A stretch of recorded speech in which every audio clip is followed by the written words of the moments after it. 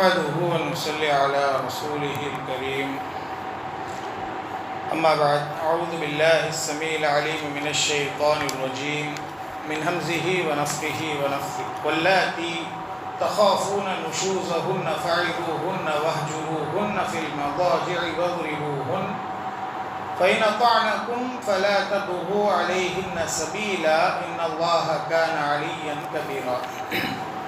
محترم بھائیو، ابھی بھی آپ کے سامنے سورہ نساء سورت نمبر 4 کی آیت نمبر 34 آیت نمبر 30 پر 4 آپ کے سامنے تلاوت کی گئی ہے۔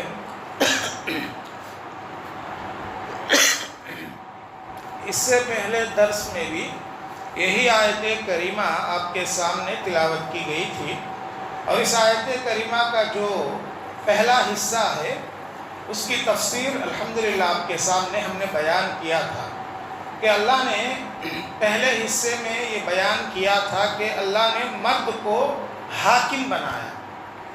کیوں؟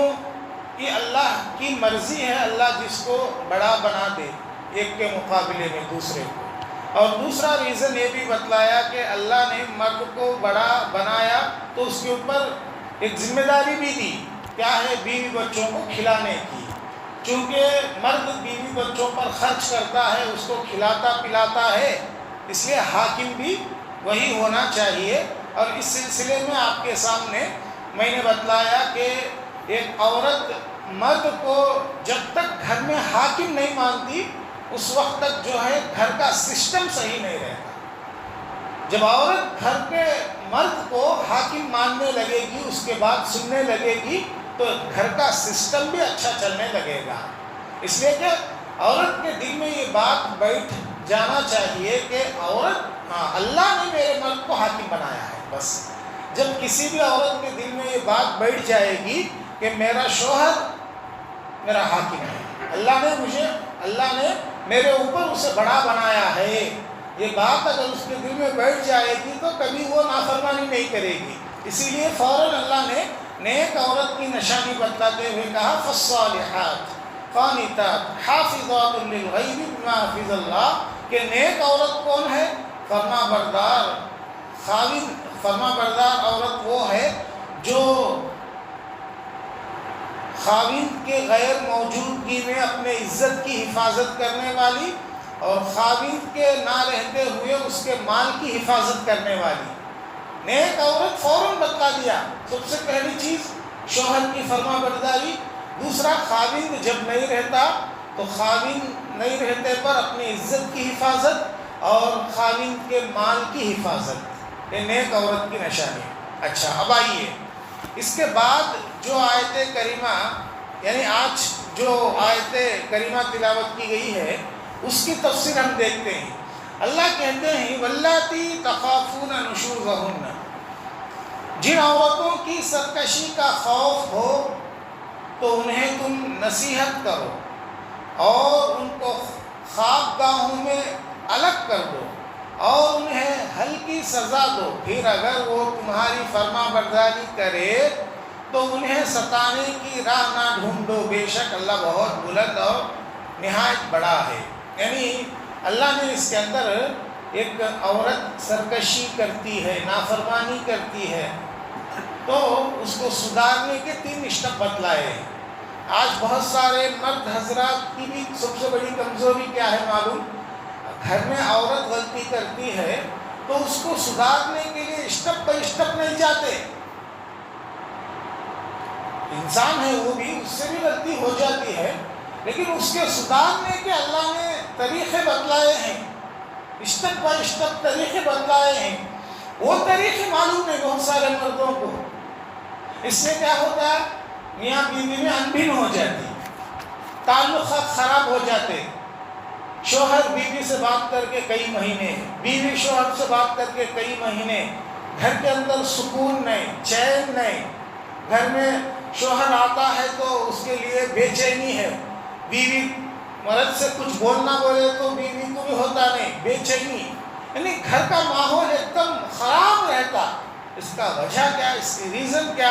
اس کی ریزن یہی ہے کہ آج عورت غلطی کرتی ہے تو اس کو سدھارنے کے جو طریقے اللہ نے بتلائے ہیں وہ معلوم نہیں۔ آئیے اللہ نے کیا بتلایا ہے اسٹپ بائی اسٹپ طریقے؟ اللہ نے کہا کہ اگر وہ سرکشی کرتی ہے، نافرمانی کرتی ہے، پہلا اسٹپ اس کو نصیحت کرنا، بٹھانا، سامنے بٹھا کے اس کو سمجھانا، نصیحت کرنا، الگ سے سمجھانا۔ اور ایک شوہر کو معلوم ہے کہ بیوی کو کیسے سمجھایا جا سکتا ہے، کیسے بتایا جا سکتا ہے، کون سے طریقے سے سمجھایا جا سکتا ہے، اس کی بات کو بھی سننا۔ اگر وہ بھی کچھ کمی ہمارے اندر بولتی ہے تو ہمیں بھی اپنے آپ کو سدھار لینا، یعنی اس سامنے والی غلطی کیوں کہیں بولنے کا معلوم ہوتا، بٹھا کو بات کرے تو نا، ہم بات ہی نہیں کرتے، پہلے ہاتھ چلا، یہ ہماری کمزوری ہے نہیں۔ اللہ کہتے ہیں پہلے اس کو سمجھاؤ، نصیحت کرو، اگر اس کی غلطی ہوتی ہے پہلے نصیحت کرو، فرسٹ اسٹپ۔ سیکنڈ اسٹپ اللہ نے کہا وَاہْجُرُوهُنَّ، نصیحت کرنے کے باوجود بھی سدھرتی نہیں ہے تو سیکنڈ اسٹپ کیا؟ بستر کو الگ کرو، بستر کو الگ کرو، یعنی اس کے ساتھ سونے سے تھوڑے دن تک پرہیز کرو۔ ایک بستر پر سوئے تو بھی میل ملاپ مت رکھو۔ ایک نصیحت کا طریقہ ہے سدھارنے کا، اس لیے کہ عورت اگر عقل مند ہے، ہوشیار ہے، شوہر جب اس سے الگ ہوتا رہتا ہے، بستر الگ کرتا ہے تو اس کو سمجھ میں آتی ہے بات، مجھ سے کچھ غلطی ہوئی ہے اس لیے میرا شوہر مجھ سے ناراض ہے، سمجھ جاتی۔ اچھا، یہ دو اسٹپ ہو گئے۔ تھرڈ اسٹپ، پہلے نصیحت کرے، سدھری نہیں، بستر کو الگ کر کے دیکھے تب بھی سدھری نہیں۔ تھرڈ اسٹپ اللہ کہتا ہے ہلکی سی مار مارو، کہ وَاضْرِبُوهُنَّ کا غلط معنی بھی نہیں لینا۔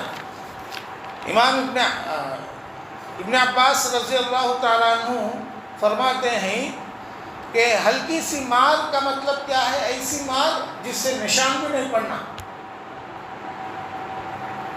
یعنی کہ مارنے کا مطلب اسے جسمانی تکلیف دینا مراد نہیں ہے، بلکہ اس کو سمجھ میں آنا مقصود ہے، غلطی ہوئی بول کے سمجھ میں آنا، ایسی مار مارنا۔ وَاضْرِبُوهُنَّ اللہ نے کہا یہ تین اسٹپ ہے۔ اب بہت سارے بھائیوں کو یہ اسٹپ نہیں معلوم ہونے کی وجہ سے کیا ہوتا، میاں بیوی کے تعلقات میں جیسی مضبوطی رہنا ہے ویسی مضبوطی آج نظر نہیں آتی۔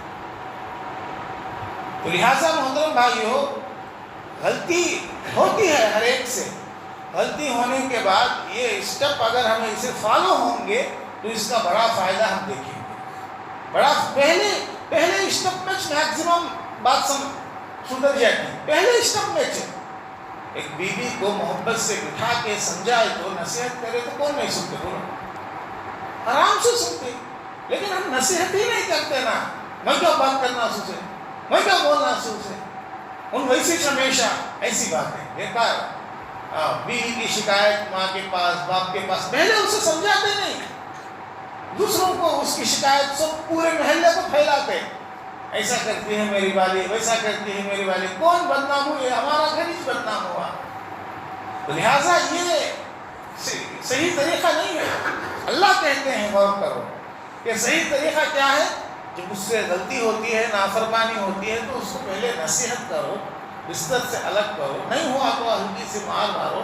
یہ سب چیزیں اگر ان سدھر گئی پھر اللہ نے فوراً فرما دیا فَإِنْ أَطَعْنَكُمْ فَلَا تَبْغُوا عَلَيْهِنَّ سَبِيلًا، پھر اگر وہ تمہاری فرما برداری کرے تو انہیں ستانے کی راہ نہ ڈھونڈو۔ فرما برداری شروع کر دی، سمجھاتی سمجھ گئی، اب پھر اسے ستانے واسطے دوسرے بہانے میں ڈھونڈو۔ اللہ کہتے ہیں تھوڑے مرد کیا کرتے، بہانے ڈھونڈتے اسے ستانے کے واسطے، نہیں، بہانے میں ڈھونڈو۔ اللہ کہتا ہے ان اللہ کان علیٰ کبیرہ، بے شک اللہ بہت بلند ہے، نہایت بڑا ہے، اللہ سب کچھ جاننے والا ہے، سب کچھ معلوم ہے اللہ کو، اس کے دل کے ارادے کیسے ہیں بول کر۔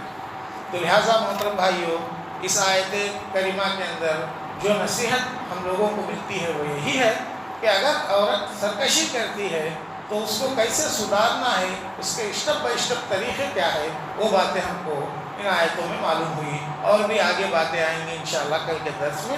اللہ سے دعا ہے اللہ مجھ کہنے والے آپ سبھی سننے والوں کو کہیں سنی باتوں پر کہنے سننے سے زیادہ عمل کرنے کی توفیق عطا فرما۔ اللہ ہم کو جب تک اس دنیا میں باقی رکھ، ایمان کی حالت میں باقی رکھ، جب ہم کو اس دنیا سے لے لے تو بھی ایمان کی حالت میں لے لے. آمین یا رب العالمین. وآخر دعوانا الحمد للہ رب العالمین.